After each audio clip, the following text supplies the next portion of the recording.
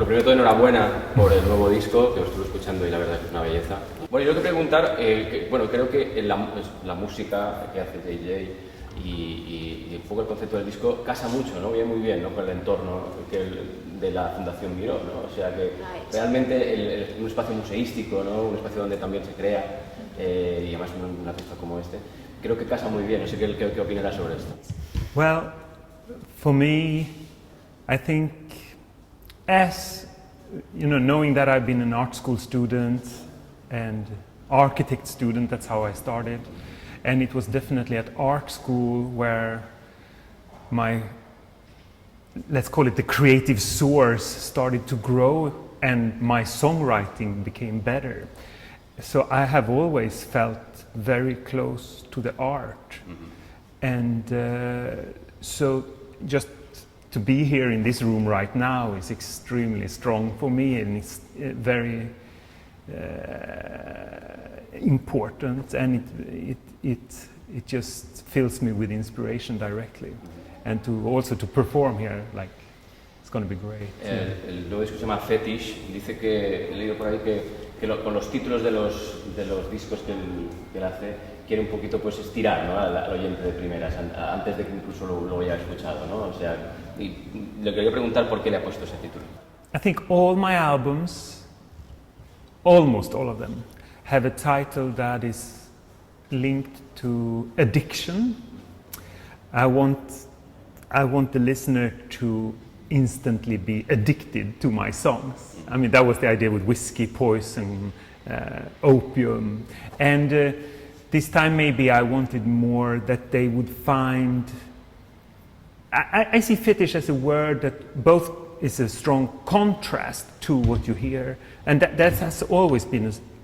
I often have been stealing the vocabulary from, let's say, death metal and hard rock and such, because I think it's funny to steal their vocabulary and put it onto my softer music. And fetish is a word that I see in two different ways, both as a, let's say, a lucky charm, like a football goalkeeper can have his little lucky charm as a good luck object, but also as that kind of sexual fantasy thing. And I wanted the word to be that the listener don't really know what I mean. And but first and foremost, I just wanted the listener to be, addicted to my work. Después de una serie de discos, digamos, un poco más introspectivos, veo que ya de poquito a poco se va acercando más a algo que creo que ya tenía en mente, aunque todavía no lo ha desarrollado, que es un poquito más la música de baile. For me, every song I write always starts with a voice. It's something I write when I'm out walking, and most of the time when I sit by the piano and start taking out the chords and then sit and maybe do a little drum programming to see more what tempo fits best to the song.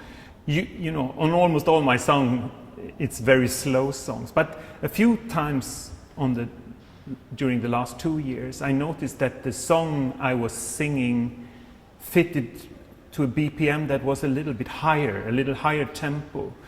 So, I mean, so it was a real challenge to try to create beats and arrangements to a higher tempo than I'm used to work with, without moving into traditional house or techno.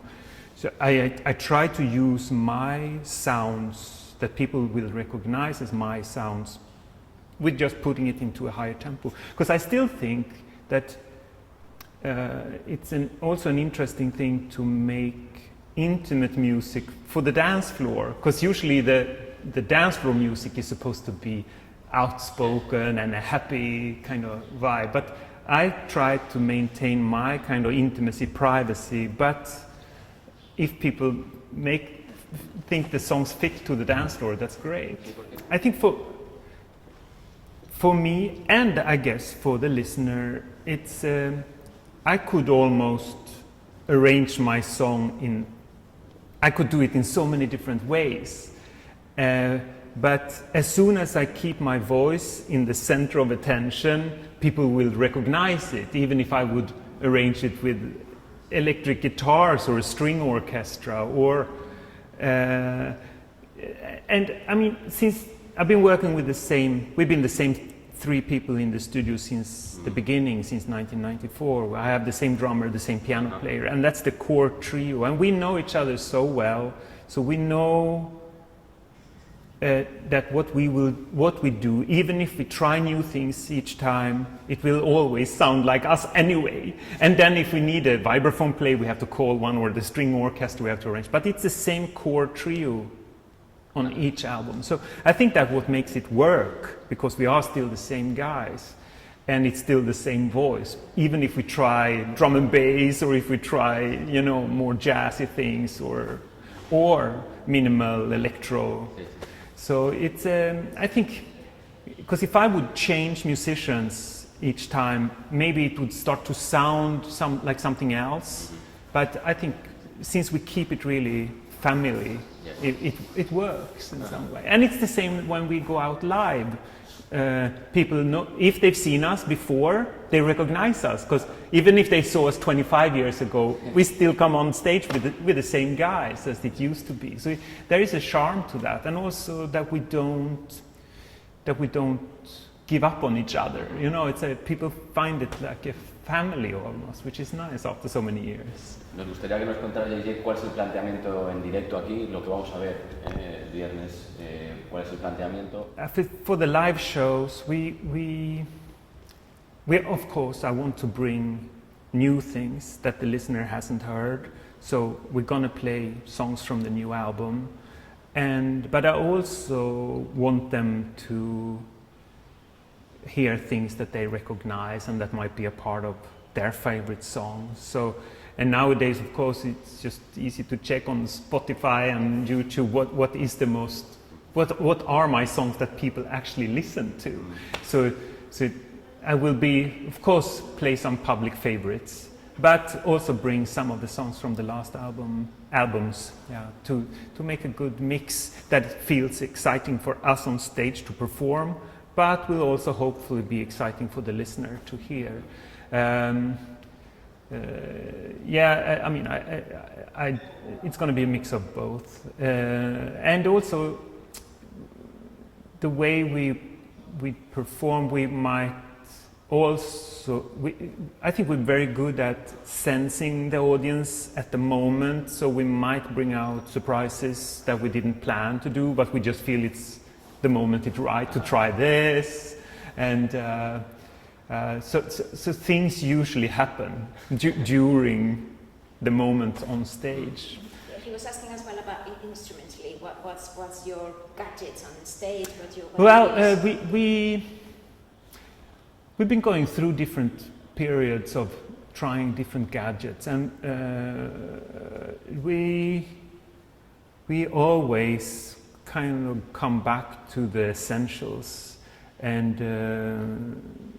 usually it's like the simplicity of the drums and the piano and the voice, and we have a sampler with us with some of the strings and some beat parts that we can't like create with the drum set. So some of the parts are being triggered from computers and samplers, but otherwise with the trio of the piano, drums and voice, Bueno, ya para acabar, la respuesta del público es magnífica. Cada vez que viene Jay-Jay aquí, pues ya es como una visita obligada, ¿no? Porque él también tiene un vínculo especial con la isla, ¿no? Supongo que eso le hace repetir y venir más veces, ¿no? I mean, that's it, you know? That's really the reason why I come back, because as long as the audience wants me back, I will continue working. And as long as there is